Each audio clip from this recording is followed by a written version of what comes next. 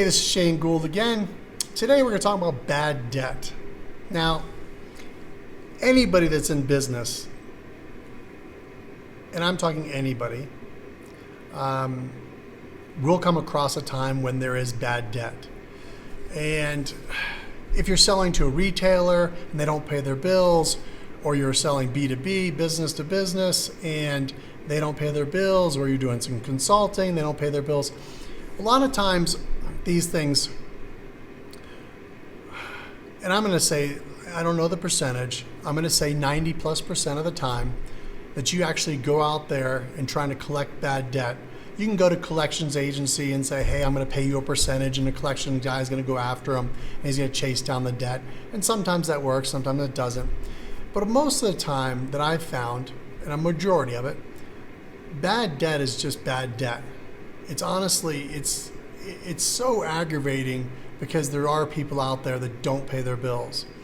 And to go chase them in the legal system, most of the time costs you more time and more money than ever that debt was worth itself.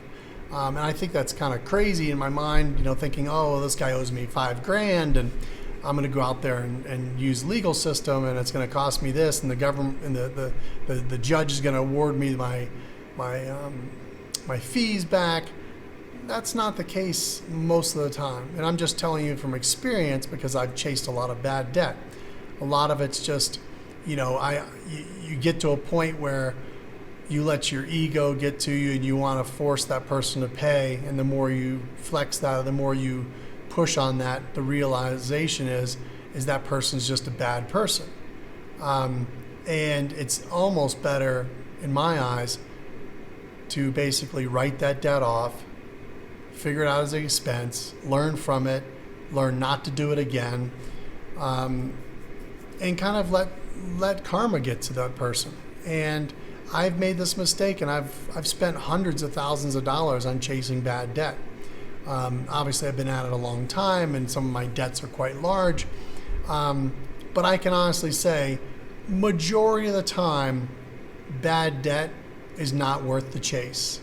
And I think, you kind of say, oh, well, they screwed me and blah, blah, blah.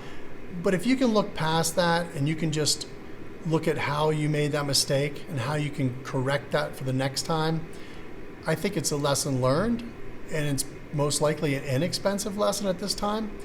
But as you get larger and people have bigger debts, these things do happen. But like I said, I think for the most part, chasing bad debt is a bad idea. And this is just my 2 cents. I know that, you can find some people out there down on their luck, and sometimes you can get to call them up and say, listen, let's just try to work on a monthly program, or let's just do a minimum of something. Believe me, that is a much better route than threatening them with collections or even litigation. And I've been down this road where people owe quite a bit of money, and litigation turns into 2-3 times the amount of money. And at the end of the day, I honestly do not think the judicial system is in your favor. That's the bad part. They know there's plenty of these bad debt people out there. They know people out there that don't, that's just notorious for them. And our judicial system does not protect the person like myself or that is owed that debt. And I'm just being honest with you. There are people out there that run that system, but as far as the legal system goes, I think it's awful.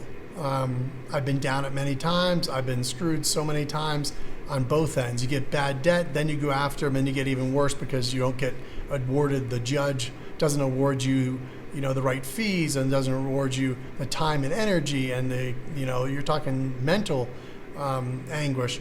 There's a lot more to it. So before you go chasing someone down with a baseball bat or send them collections, try to work with them in some manner, a minimum money, even if it's only a $500 debt, and just try to get a $50 a month or something to do that. A lot of times you won't have your product to get back, or it'll be damaged, or it'll be old, or whatever.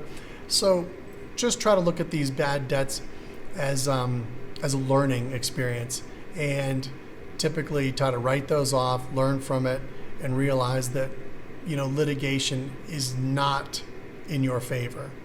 That's just my 2 cents. Appreciate your time, and if you have any questions or comments, please leave them below, and we'll try to answer them for you next time. Thanks.